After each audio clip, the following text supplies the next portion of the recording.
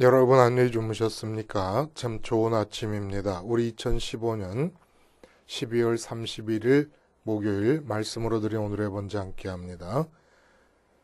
여호수아 17장 1절부터 18절 마지막 절까지 말씀으로 같이 하겠습니다. 우리는 아래로 내려가서 14절부터 마지막까지 같이 읽겠습니다.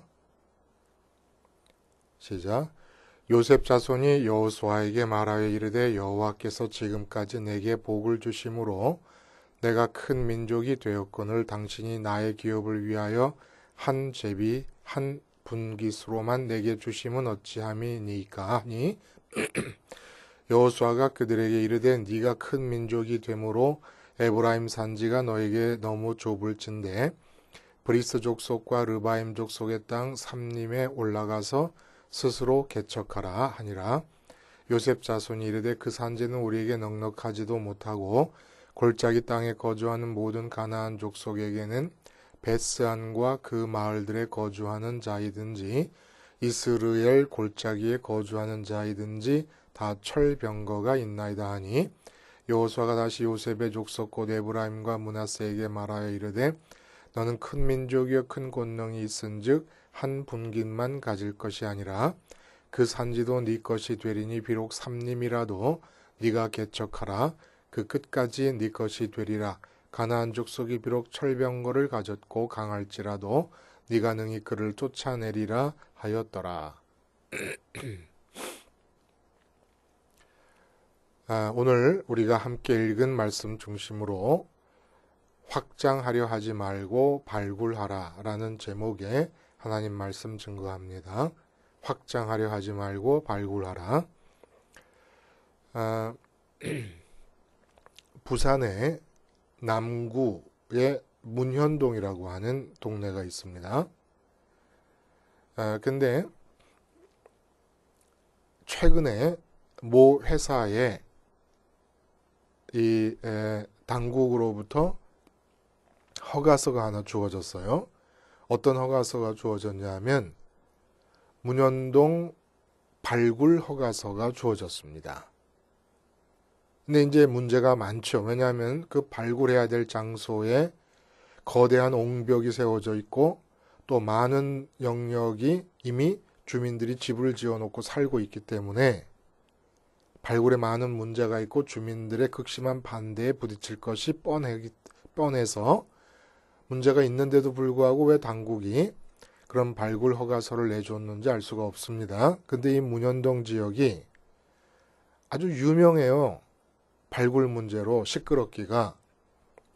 왜 이렇게 시끄러운가 하면은 예를 들면 1988년에는 그 박정희 전 대통령의 이발사일을 했던 박모 씨가 또 이 동네에 와서 발굴을 하다가 주민들의 거센 반대에 부딪혀 중단하게 되면서 또 시끄러웠던 적이 있습니다. 근데 이 박모 씨가 왜 이곳을 발굴하려고 했냐면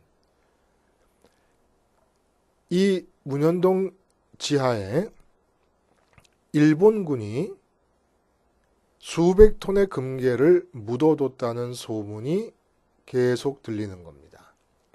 그래서 지난 수십 년간 이 지역에서 보물을 찾으려고 하는 뜨내기 손님들의 발길이 끊이지 않았다는 거예요. 근데 그 소문에 근거해서 또 모 회사의 당국에서 금괴 발굴을 위한 허가서를 내줘서 또 이 주민과의 갈등이 불을 보듯 뻔한 상황이 지금 되었다라고 하는 기사를 보게 되었습니다. 여러분, 발굴이라고 하는 게 뭐예요? 발굴?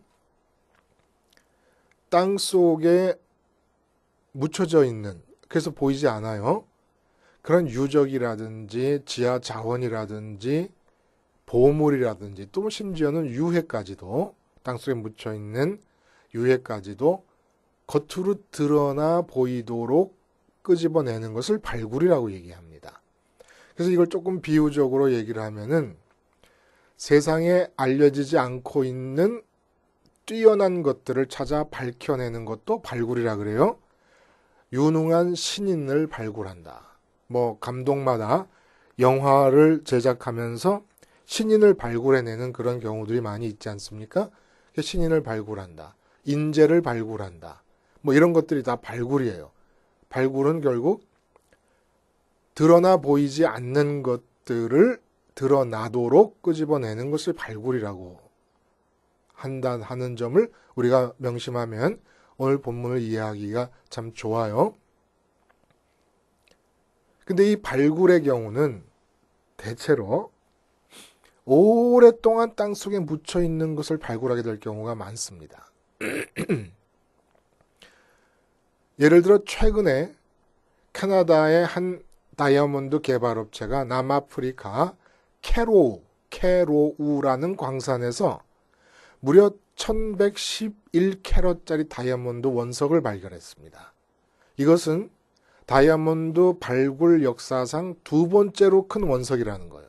1905년에 남아프리카 공화국에서 3106캐럿짜리 원석이 발견된 데 이어서 110년 만에 최고로 큰 그리고 아주 좋은 품질의 다이아몬드 원석이 발견됐다. 근데 이 다이아몬드가 땅속에 얼마가 묻혀 있었을까요? 유구한 세월입니다. 그리고 경주 서봉총에서 일제시대 때 1926년에 금관이 발견되지 않습니까? 이 신라시대 때부터 1500년 동안을 묻혀 있다가 발굴이 되는 거예요. 이렇게 우리의 보물이 묻혀 있습니다. 다이아몬드가 묻혀 있었던 것, 이거 비교가 안 되는 세월 동안 묻혀 있는 것. 하나님이 태초에 천지를 창조하실 때 아담을 지으시려는 생각 속에서 이미 나의 존재가 하나님의 생각 속에 나타나 있었습니다.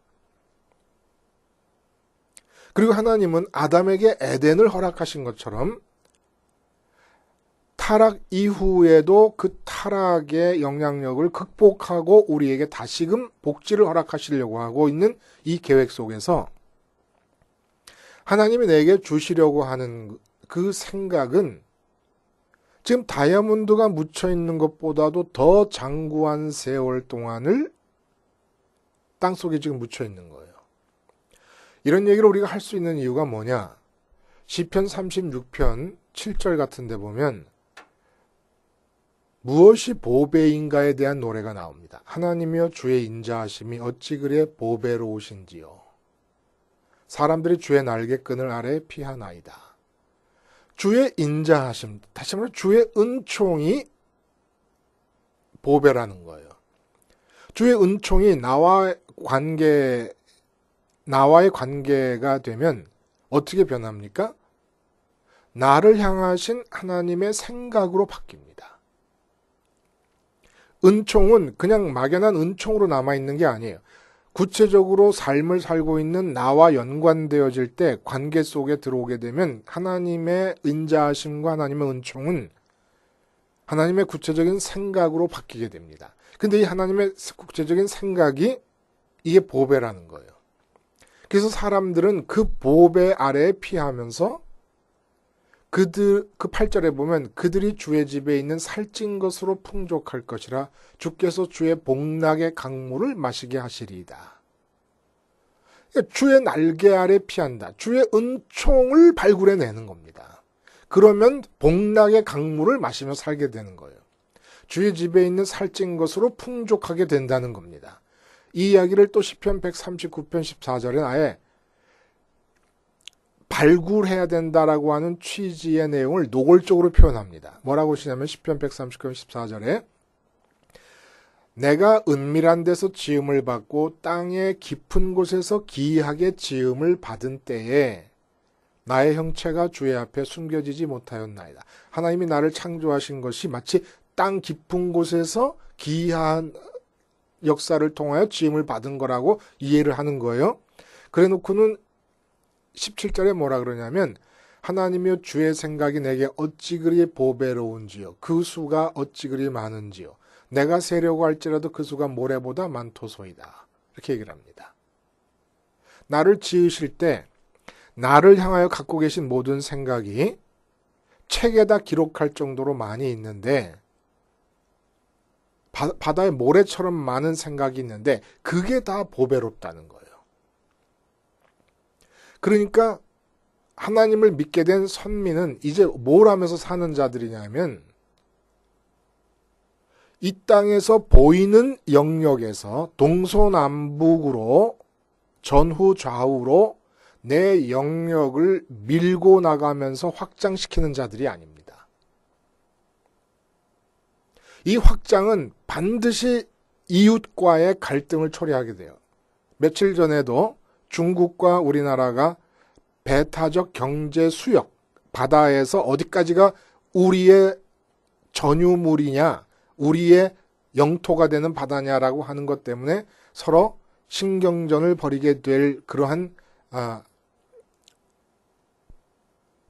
사실이 그렇게 중국과 이제 타협의 논의에 들어간다는 그런 기사를 봤는데 항상 내 것을 넓히려면은 갈등, 독도 문제도 그거 아닙니까? 그러니까 외교 활동의 거의 100%가 다 뭐냐면 이웃 나라가 확장에 들어오려고 하는 것을 어떻게 막아내느냐라는 문제고 또 어떻게 우리가 효과적으로 우리의 영역을 확장에 들어가느냐라고 하는 것이 외교 활동의 전부라고 봐도 된다는 겁니다.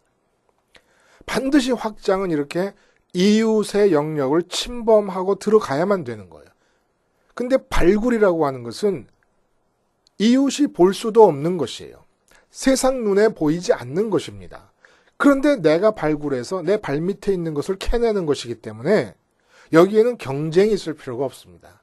그리고 이렇게 발굴해낼 때 나를 향하신 주의 생각이 보배라서 그것이 묻혀있는 상태의 보배인 것으로 믿고 그 주의 생각을 발굴해낼 때 내 기쁨은 무한됩니다. 한정이 없는 거예요.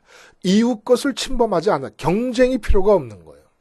선의의 경쟁도 선민에게는 악이고 불신앙입니다. 이거 우리 분명히 알아야 돼요. 경쟁이라는 게 존재할 수가 없습니다. 내 기쁨과 내 감사와 내 행복은 발굴로부터 무한대로 주어지는 거예요. 확장을 통해서 주어지는 게 절대로 아니라는 겁니다. 오늘 본문은 도대체 무슨 얘기냐? 요셉 자손이 땅 분배 과정에서 여호수아를 찾아옵니다.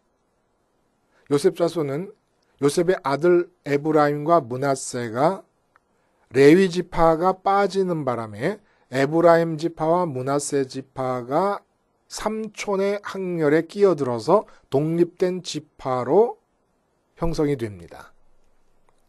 근데 땅 분배는 이렇게 독립된 에브라임 지파와 므낫세 지파를 각각 땅을 분배해 주질 않고 요단강 서편 지역을 나눌 때 요셉 자손이라고 해서 요셉이라는 한 사람의 이름 아래로 두 지파를 묶어서 땅을 분배를 해버리는 거예요.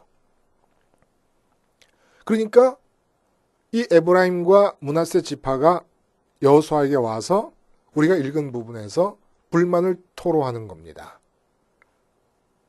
당연한 요구 같아요. 그렇죠? 왜냐하면 12지파 중에 공식적으로 독립된 두 지파를 이루고 있으니까 두 지파로서 당당히 독립된 지파로서 할당받아야 땅을 제비 뽑아야 되는데 둘이 요셉의 아들이라고 해서 요셉 지파로 묶어가지고 주니까 당연히 불만이 나올 수 있다는 얘기예요. 근데 이에 대해서 이런 요구에 대해서 여호수아가 새로운 몫을 더해주는 대신에 이미 분배받고 있는 영역 내에서 미개척지인 브리스 사람과 르바임 사람의 땅을 개척하여 기업을 삼으라고 권고하게 됩니다.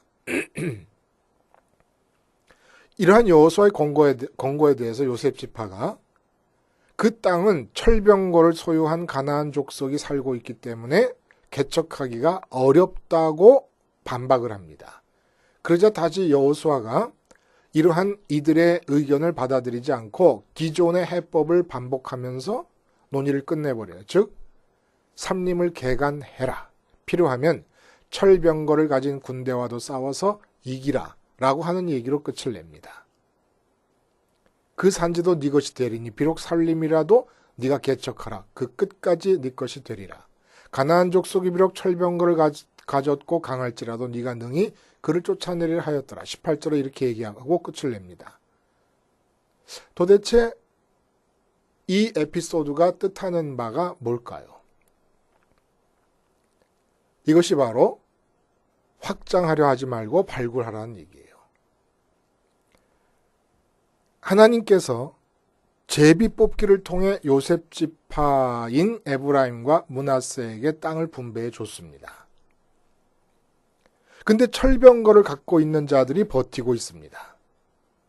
그래서 그 부분은 포기해 버립니다.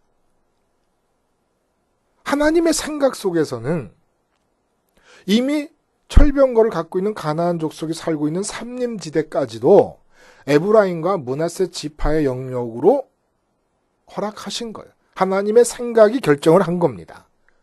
그 하나님의 생각을 발굴해내면 돼요.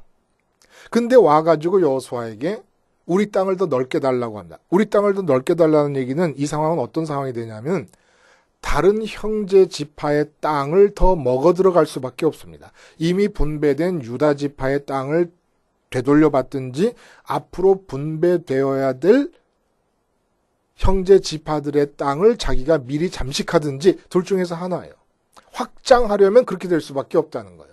근데 이들의 이 요구가 부당한 이유는 사람이 많다고 지금 그렇게 요구를 하고 있지만 더 많은 땅을 요구하고 있지만 실제로 에브라임 지파는 당시에 32,500명밖에 안 됐어요. 므낫세 지파는 52,700명이지만 그 므낫세 절반이 요단 동편에서 땅을 얻었기 때문에 26,350명이니까 더 해봐야 6만 명이 채 안 됩니다. 그런데 유다 지파는 76,500명이고 이미 요셉 지파라는 하나로 묶어서 할당되어진 땅의 크기는 앞으로 이사갈 지파가 받게 될 땅보다도 넓고 좋은 땅이에요. 근데 이사갈 지파는 64,300명입니다. 단지파는 64,400명인데 단지파의 땅보다 훨씬 더 넓습니다. 이미 주어진 땅이. 심지어 스불론도 65,000명이에요. 에브라임과 므낫세 반지파를 합친 수보다 더 많아요. 그런데 훨씬 더 이들보다 넓은 땅을 이미 받았습니다. 그럼 이들이 왜 이렇게 피해의식을 갖게 되는 겁니까? 두 지파를 묶었기 때문에. 그러니까 한 지파당으로 분배되어지는 분배의 원칙에 속아 넘어가는 거예요. 마음이 속아 넘어가는 겁니다. 이 세상이 정해놓은 그러한 분배의 원칙이라든지 사회적 통념에 의해서 속지 말라는 거예요. 그래서 나를 확장해야 된다고 생각을 하지 말라는 겁니다. 하나님의 생각 속에 얼마든지 더 이상 필요한 것이 이 땅에서는 없을 정도로 옆에 이웃이 갖고 있는 것을 내가 먹어 들어가야 될 필요가 없을 정도로 충분한 복지가 결정되어서 준비되어 있습니다. 단지 이 보배로운 주의 생각을 발굴해내지를 않는 거예요. 근데 오늘 본문이 재밌는 것은 앞에 우리가 읽지 않은 부분에 슬로보아 딸들의 이야기가 나옵니다. 여러분 기억나세요? 므낫세 지파에 있는 슬로보아지라고 하는 사람이 죽었어요. 근데 아들이 없고 딸들만 5이에요. 그래서 땅 분배에 대한 얘기가 나올 때 모세에게 와서 슬로보아 5딸들이 우리가 아버지가 아들이 없이 죽었다고 해서 우리가 가나안 땅에 들어가서 땅을 전혀 분배받지 못한다는 게 말이 되느냐? 그러니까 모세가 하나님께 아뢰었을 때 하나님께서 딸들에게 슬로보아스의 이름으로 땅을 할당해 주라고 얘기를 하는데 이것은 놀라운 일이었습니다. 그 당시 남자 중심의 상속법만을 가지고 있었고 이스라엘이 그리고 그 당시는 여자들은 남편과 아버지의 재산처럼 취급을 받고 있던 상황입니다.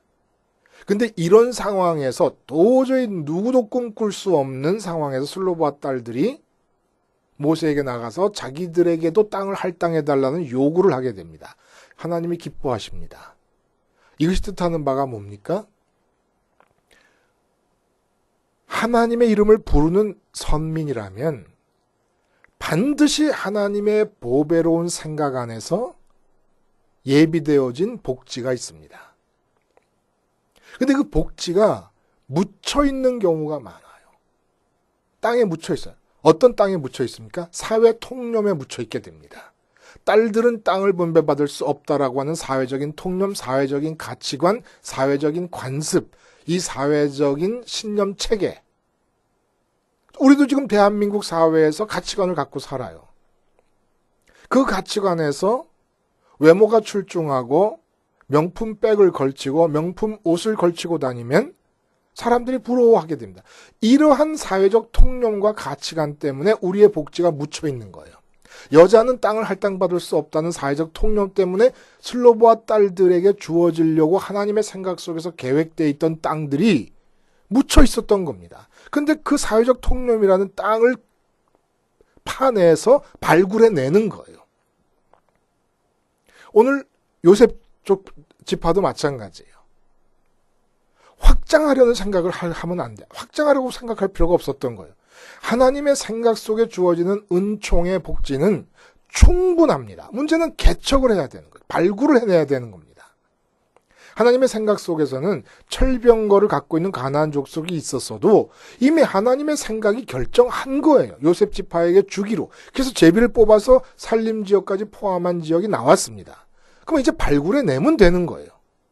근데 철병거를 갖고 있는 가나안 족속 때문에 산림지역이라고 하는 하나님께서 정하신 그 복지가 땅에 묻혀버립니다.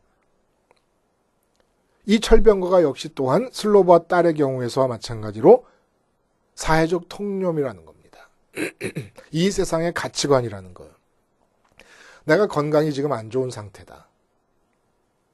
그래도 주의 생각이 멈춰지진 않아요. 내가 이 땅에 살아있는 동안에 내가 살고 있는 이 나 자신을 향한 주의 생각이 멈춰지는 법은 없습니다. 근데 나를 향하신 주의 생각은 시편 139편의 노래대로 다 보배예요. 다 보배예요. 주의 은총은 다 보배입니다. 근데 주의 은총적 보배가 묻혀 있습니다. 왜 묻혀 있습니까? 내가 몸이 이렇게 건강하지 않은 상태로는 행복할 수 없다. 건강이 다다. 건강을 잃어버리면 다 잃는 것이다.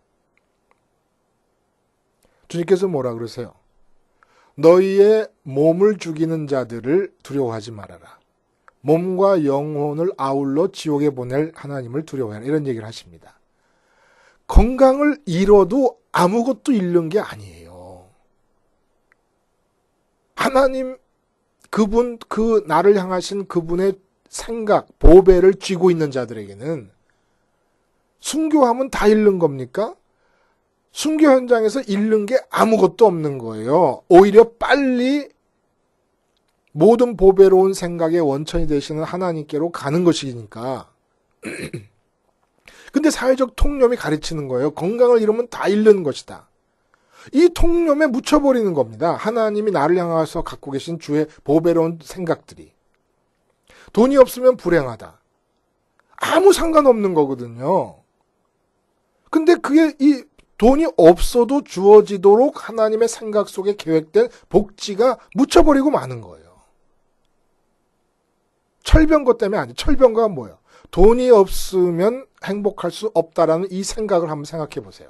이게 철병거가 아니면 뭡니까? 그 당시 가장 첨단의 무기인 철병거. 이 생각이 우리의 복지를 철저하게 막아버리는 겁니다. 그러니까 다른 사람이 하고 있는 영역에 뛰어들어서 그걸 뺏어가려고 할 필요 없다는 겁니다. 우린 경쟁할 필요가 없어요. 그냥 나를 향해 갖고 계신 주의 생각의 경계 안에 내가 넘치도록 받을 복이 다 들어있고 내가 넘치도록 누릴 모든 기쁨과 행복과 감사가 다 들어있는 겁니다. 그러니까 우리는 눈에 보이는 이 세상의 수평면상에서 동서남북 좌우 전후좌우로 내 영역을 넓혀서 확장하려고 할 필요 없이 우선 발굴해내면 되는 거예요. 발굴해내면 돼. 어떻게 발굴해냅니까? 이 세상의 통념은 이미 나의 생각을 지배하고 있어요. 그 결과가 어떻게 나타납니까? 현재 상황을 보면서 내가 괴로워하고 걱정하고 근심하고 또 때로는 기뻐하는 거예요. 기쁨도 죄예요. 이런 경우는 사회 통념에 지배된 상태에서 기뻐. 돈이 있어야 된다라고 하는 가치관이 들어와 있고 나를 지배하는 상태에서 돈 벌었다고 좋아하는 것. 이게 죄예요. 그러니까 어떻게 해야 돼요? 이런 것들이 제거돼야 되지 않습니까? 철병거가 제거돼야 되고 딸들은 땅을 기업으로 받을 수 없다는 통념이 제거돼야 되는데 그 통념과 가치관들이 나를 지배하고 있어요. 그래서 내가 지금 괴로워요. 건강 때문에 괴롭고 돈 때문에 괴롭고 자식 때문에 괴롭고 다 괴로워요. 그럼 어떻게 돼요? 괴로운 나가 십자가에서 죽어버리는 겁니다. 주님 바라보면서. 그래서 죽을 때 어떻게 됩니까? 주님 부활하시고 승천하신 길을 따라 우리 마음이 하늘로 가게 돼요. 이걸 믿으라는 거예요. 생각으로라도 믿으라는 겁니다. 그래서 마음이 체감이 되지 않아도 하늘의 좋으심과 하나님의 좋으심이 아직 체감이 되지는 않고 있더라도 생각으로라도 믿어요. 나를 세뇌시켜도 돼요. 왜 세뇌시켜도 되냐면 사실이니까.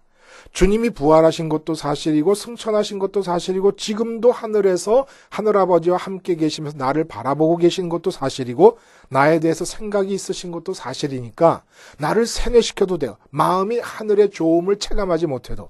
변화산상에서 베드로가 주님의 영화로우신 모습을 보고 여기가 좋다라고 하는 체감이 아직 일어나지 않더라도 생각만으로 나를 세뇌시켜서라도 돈이 없어서 괴롭던 내가 십자가에서 죽고 나는 죽은 자다. 그리고 나는 하늘의 하나님을 내 기업으로 갖게 됨으로써 부족함이 있을 수가 없다라는 사실을 생각으로라도 세뇌를 시키라는 얘기입니다. 세뇌시켜도 되는 것은 사실이니까. 그렇게 해서 이 땅에 대해서 확장하려는 의지를 죽여버려요. 십자가에서 다 죽여버려요. 그러면 오직 이 땅에서는 나를 향하신 주의 보배로운 생각이 나타날 뿐인 거예요. 발굴이 되는 겁니다. 그렇게 해서 발굴이 되는, 내가 십자가에서 죽음으로써 사회 통념이 주의 생각을 묻어버리고 있는데 사회 통념에 지배된 나의 상태가 십자가에서 죽게 되면서 사회 통념에 묻혀있던 하나님의 생각이 드러나고 발굴이 됩니다. 표현이 됩니다. 그러면 어떻게 되느냐? 예를 들어 내가 내 생각을 가지고 이쁘다고 생각하는 여자와 함께 결혼을 했다. 그럼 그냥 결혼해서 내 아내가 되는 거예요. 근데 그 아내가 아주 밉상이 됩니다. 부부싸움이 찾게 됩니다. 그런데 그렇게 내 영역을 넓히기 위해서 결혼을 하지 말고 먼저 결혼해야 된다고 하는 사회적 통념을 십자가에서 못 박아 죽이는 겁니다. 그럼 내 마음은 결혼과 상관없이 하나님으로 충분히 다 갖는 거예요. 결혼 못하고 죽어도 내가 부족할 게 하나도 없다고 나를 세뇌라도 시키라는 거예요. 마음 자체가 체감이 안 되더라도 그러고 있어서 하나님의 생각이 임했는데 하나님의 생각 속에 결혼이 있어요. 근데 하나님의 생각은 뭐라고요? 보배라 그랬어요. 보배. 그러면 내 생각으로 결혼하면 그냥 내 아내고 내 아내 한편인데 하나님의 생각 안에 들어와서 하나님의 생각이 발굴되면서 결혼이 이루어지면 내 아내가 보배예요. 내 남편이 보배고 내가 내 생각으로 결혼해서 자식을 낳으면 그냥 내 자식이고 귀한 자식인데 하나님의 생각 속에서 결혼해서 자식을 낳으면 그 자식이 보배가 되는 거예요. 내 생각으로 하는 사업이면 망하고 싶지 않은 사업이고 돈 많이 벌고 싶은 사업일 뿐인데 하나님의 생각 안에서 발굴된 사업이면 그게 보배라는 겁니다. 보배. 완전히 다른 질의 삶을 살게 되는 겁니다. 이런 삶을 위해서 우리는 십자가로 사회적 통념에 묻혀있는 주의 보배로운 생각을 발굴해내는 십자가 생활화를 계속해 나가야 된다는 것이지요. 기도하겠습니다. 하나님 아버지, 주의 은혜가 보배요, 주의 생각이 보배임을 알고 십자가 생활화를 통하여 확장하려는 열망을 죽이고 주의 보배로운 생각을 통념에 묻힌 상태로부터 발굴해낼 수 있게 해 주시옵소서. 예수님의 이름으로 기도하옵나이다. 아멘.